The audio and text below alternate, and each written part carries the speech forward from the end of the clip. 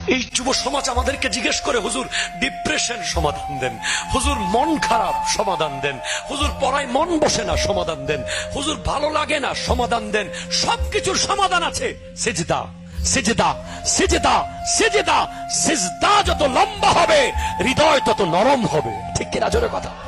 Science বলছে, medical science, আপনি সাইনোসাইটিসের সমস্যায় আছেন, নামাজ পড়েন। আপনার পেইন আছে স্পাইনাল কর্ডে, নামাজ পড়েন। আপনার মেরুদণ্ডের ব্যথা আছে, নামাজ পড়েন। আপনার কিডনির সমস্যা আছে, নামাজ পড়েন। আপনার লিভারের সমস্যা আছে, নামাজ পড়েন। আপনার হার্টের প্রবলেম আছে, নামাজ পড়েন। আমি প্রত্যেকটা পার্ট টু পার্ট আপনাকে বোঝাতে পারবো অ্যাকর্ডিং টু সায়েন্স। যেই মাত্র একজন বান্দা জাস্ট এভাবে কানে হাত লাগায়, আল্লাহু আকবার বলার তাকবীরে তাহরিমা করে, সায়েন্স বলছে তখন তার 2 আঙ্গুল থেকে কানের সাথে টাচের মাধ্যমে একটা বিদ্যুৎ প্রবাহ শুরু হয়,